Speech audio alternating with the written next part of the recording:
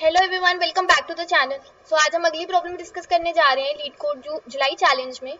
So problem है maximum sum of rectangle no larger than के। सो जो ये प्रॉब्लम है ना, ये दो प्रॉब्लम्स का कॉम्बिनेशन है। ठीक है, एक प्रॉब्लम जो है मैक्सिमम सम ऑफ रेक्टेंगल और दूसरी प्रॉब्लम है मैक्सिमम सब एरे सम नो लार्जर देन के। ठीक है, तो वो दोनों को मिलाकर ये वाली प्रॉब्लम में दोनों का लाइक कॉम्बिनेशन और लॉजिक लगेगा। तो अगर ये प्रॉब्लम कर ली तो वो दोनों प्रॉब्लम्स भी हो जाएंगी सॉल्व। ठीक है, तो देखते हैं कि करना है क्या है इस प्रॉब्लम में। इसमें हमें एक m क्रॉस n मैट्रिक्स दिया हुआ है। ठीक है, m क्रॉस n मैट्रिक्स दिया हुआ है और एक इंटीजर दिया हुआ है k। ठीक है, हमें बताना है कि maximum sum of rectangle in the matrix such that the sum is no longer than k। ठीक है, तो देखते हैं क्या कह रहे हैं ये।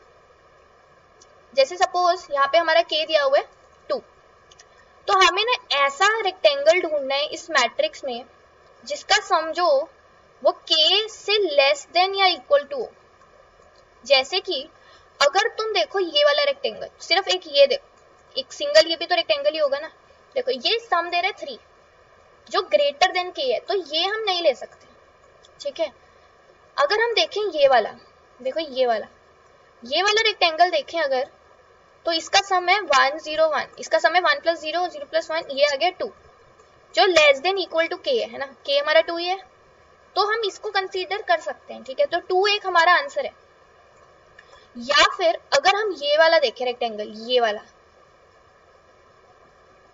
ठीक है, ये वाला जो रेक्टेंगल है, ये वाला, ये देखो, ये वाला हमारा कितना सम देगा, 0 + 1 - 2 + 3, यानी कि ये देगा हमें कुछ 2।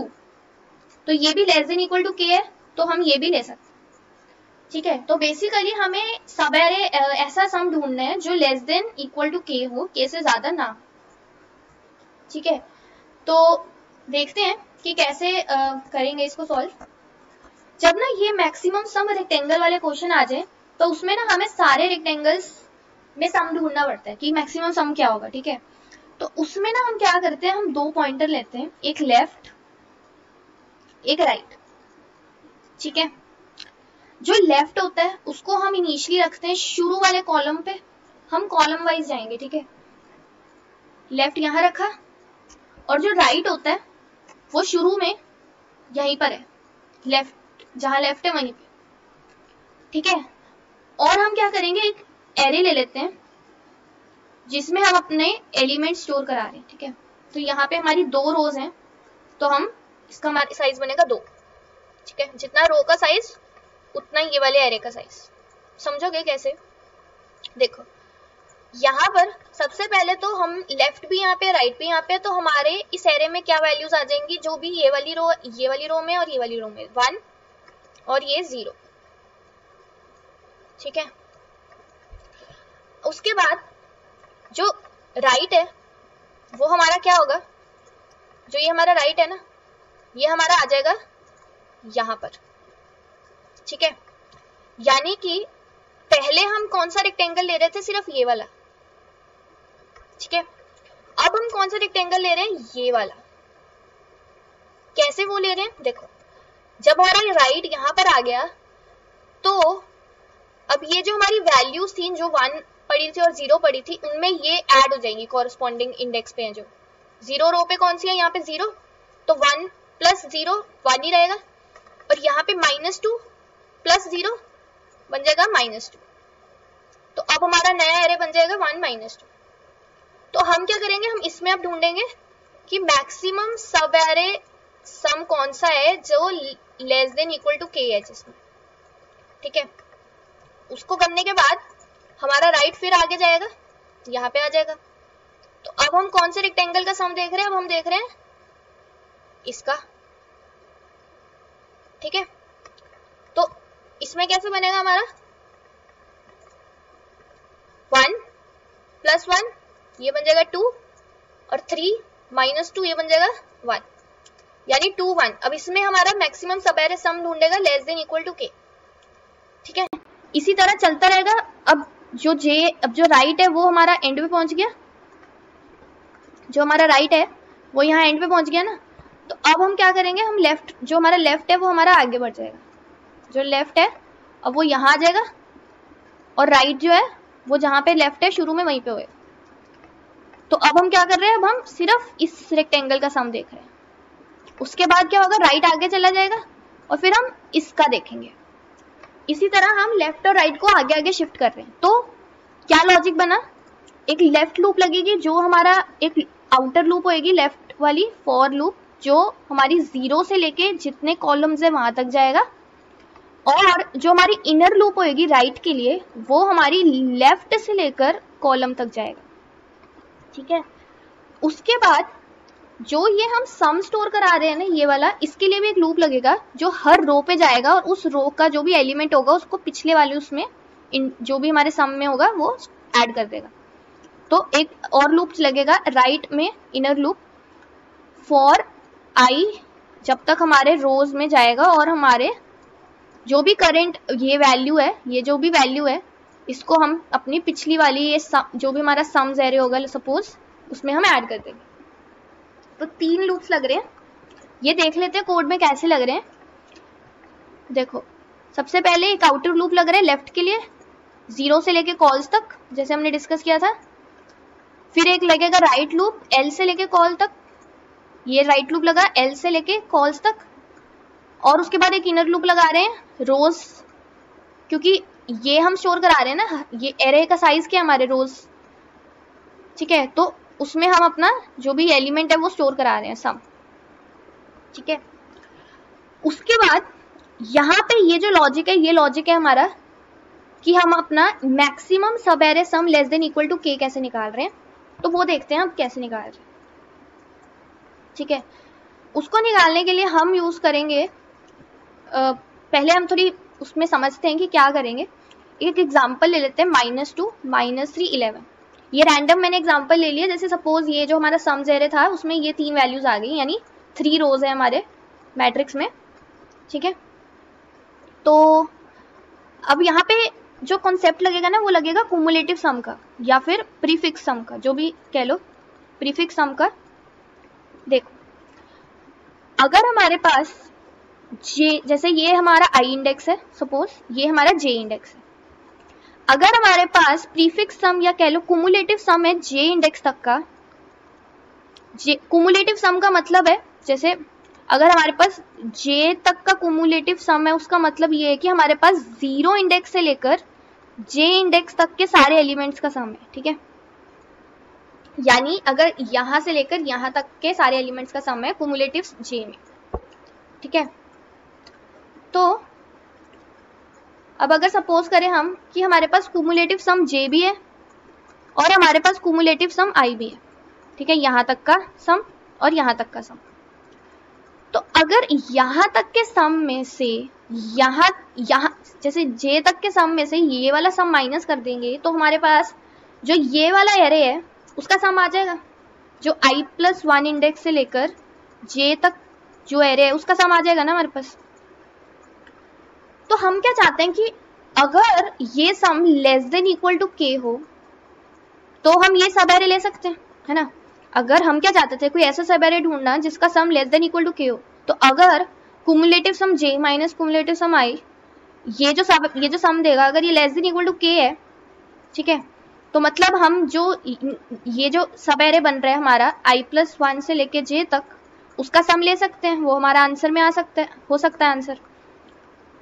अगर हम इसको रीअरेंज करें, देखो इसको क्या करते हैं, i को उधर ले जाते हैं, तो कुमुलेटिव सम j तो एज इट इज रहेगा, k उधर प्लस था इधर माइनस हो गया, और लेस देन इक्वल टू ये है हमारा उधर चला गया कुमुलेटिव सम i। ठीक है, तो मतलब इससे हमें क्या समझ आ रहा है, ये हमारा मेन है इस क्वेश्चन में। हमारे पास देखो कुमुलेटिव सम j होगा, हमारे पास k होगा, हम दोनों को माइनस करेंगे। ठीक है, और हम ऐसा कुमुलेटिव सम i ढूंढेंगे जो इसके जो भी सपोज इनका डिफरेंस आया वैल्यू, हमें कोई ऐसा कुमुलेटिव सम ढूंढना है जो वैल्यू से ग्रेटर या इक्वल हो। अब ग्रेटर या इक्वल के लिए हम क्या यूज करते हैं, हम यूज करते हैं लोअर बाउंड।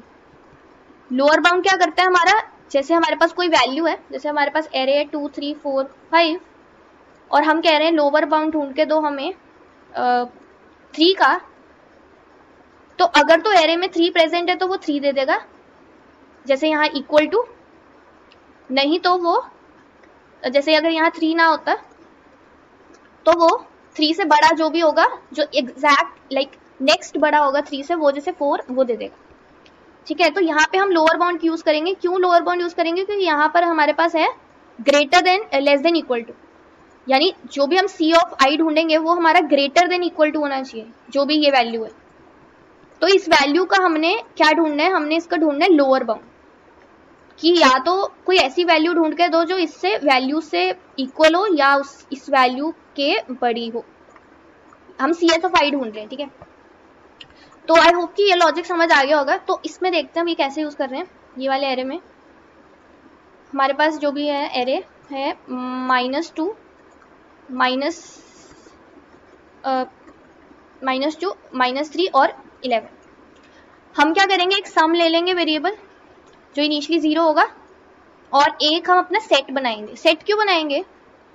क्योंकि हमने जो कुमुलेटिव सम आई ढूंढना है ना, तो उसको सारे कुमुलेटिव सम्स कहीं स्टोर कराएंगे तभी ढूंढ पाएंगे, उसमें लोअर बाउंड तभी लगा पाएंगे। ठीक है, तो सबसे पहले यहाँ पे आया हमारा सम हो गया -2 कुमुलेटिव सम, और ये हमारा यहाँ पे डल गया सेट में। तो सेट में सारे कुमुलेटिव सम्स हम ऐड करा रहे हैं, और मैं सिर्फ लास्ट वाली करा के दिखाऊंगी, बाकी मेन करा के दिखा दूंगी।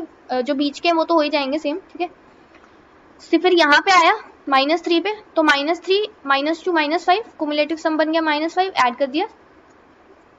अब यहाँ पे देखना है, यहाँ पे आए हम 11 यहाँ पे -5 हो गया था, 11 - 5 बना 6 कुमुलेटिव सम। ठीक है, यानी हमारा कुमुलेटिव सम जे क्या आ गया? 6। ठीक है, और हमने क्या डिसाइड किया था कि हम निकालेंगे cumulative sum j minus cumulative sum आई, और वो हमारा लेस होना चाहिए, सॉरी यहाँ पे माइनस के होगा, लेस देन इक्वल होना चाहिए कुमुलेटिव सम आई के, है ना। यानी जो भी ये आ रहा है हमारे पास, अब कुमुलेटिव सम जे के 6 माइनस इसमें के ले लो हमारा 8, तो 8 तो ये आ गया -2।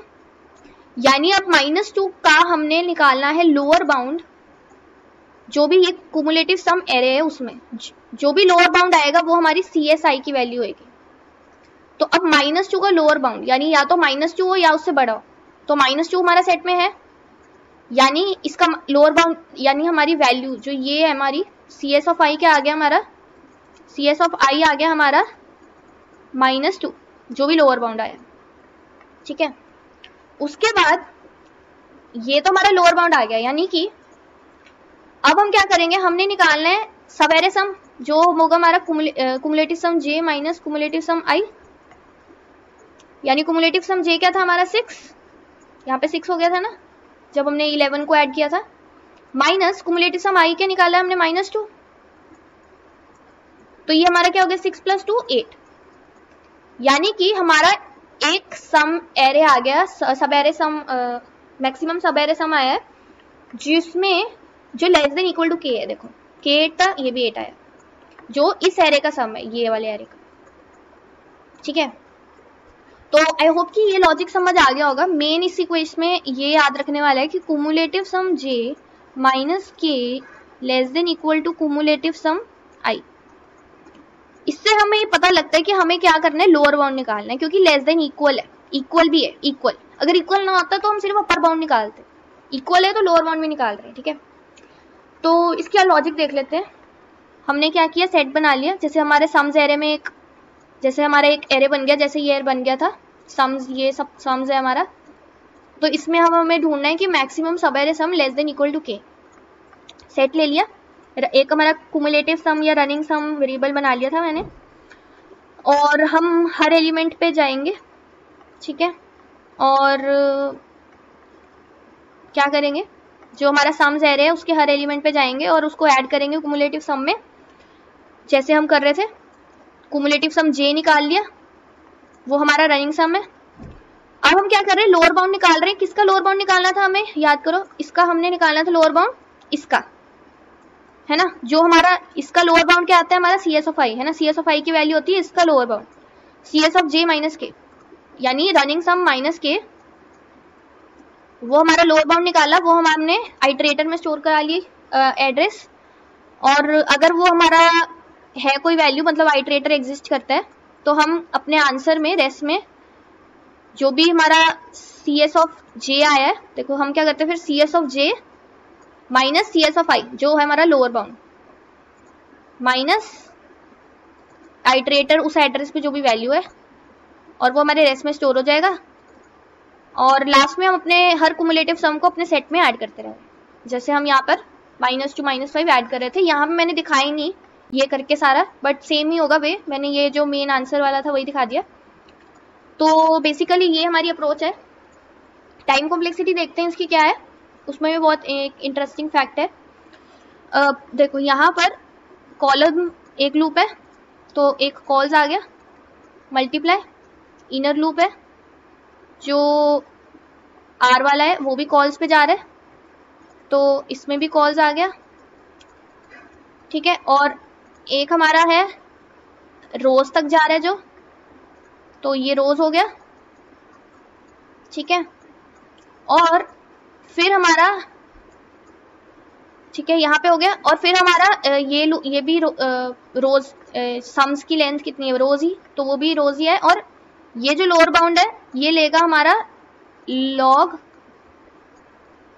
रोज टाइम, ठीक है, क्यों लोअर बाउंड लेता है लॉग जितना भी n है। तो ये हमारी आगे कॉम्प्लेक्सिटी इस क्वेश्चन की, ठीक है। अब यहाँ पे ना फॉलो अप है क्वेश्चन में कि what if the number of rose is much larger than number of columns, यानी कि जो रोज है वो ज्यादा है कॉलम से, तो क्या करें। अब तुम देखो, तुम मेरे से क्वेश्चन पूछ सकते हो कि देखो हमने जो शुरू में देखा था, हम कॉलम्स को फिक्स कर रहे हैं ना, हम लेफ्ट यहाँ रख रहे हैं और राइट हम हर कॉलम पे जा रहे हैं, राइट हमारा है ना, ऐसे करके। तुम्हारे दिमाग में ये क्वेश्चन आ सकता है कि हमने कॉलम्स को शिफ्ट किया, हमने रोज को क्यों नहीं, कॉलम्स को हमने फिक्स किया, हमने रोज को क्यों नहीं फिक्स किया। जैसे अगर हमारा ये मैट्रिक्स है तो यहाँ पे हम एक टॉप ले लेते और राइट, और हम एक बॉटम वेरिएबल ले लेते, और हम एक वेक्टर जो हम बना रहे थे सम्स वाला वो हम कॉलम बना लेते, लाइक कॉलम्स, हम कॉलम ऐड कर लेते हैं ऐसे करके।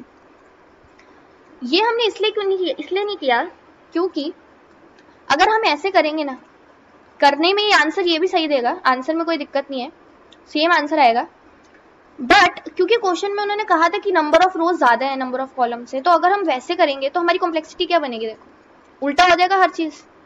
कॉल्स में रोज, यहाँ रोज आ जाएंगे, रोज इंटू, और यहाँ हमारा कॉल्स हो जाएगा रोज की जगह, और लॉग ऑफ कॉल्स हो जाएगा, ठीक है। तो अब रोज हमारी ज्यादा है, तो यहाँ पे 2 बार मल्टीप्लाई हो रही है रोज, जबकि इधर हमारी एक ही बार मल्टीप्लाई हो रही थी। तो ज्यादा अच्छा कौन सा है, ये ज्यादा अच्छा ऑब्वियसली है ना, क्योंकि रोज ज्यादा है ना। अगर यहाँ पे हमें दिया और रोज ज्यादा है, तो इसीलिए हम कॉलम्स को फिक्स कर रहे हैं, हम ये वाली अप्रोच नहीं यूज कर रहे, ठीक है।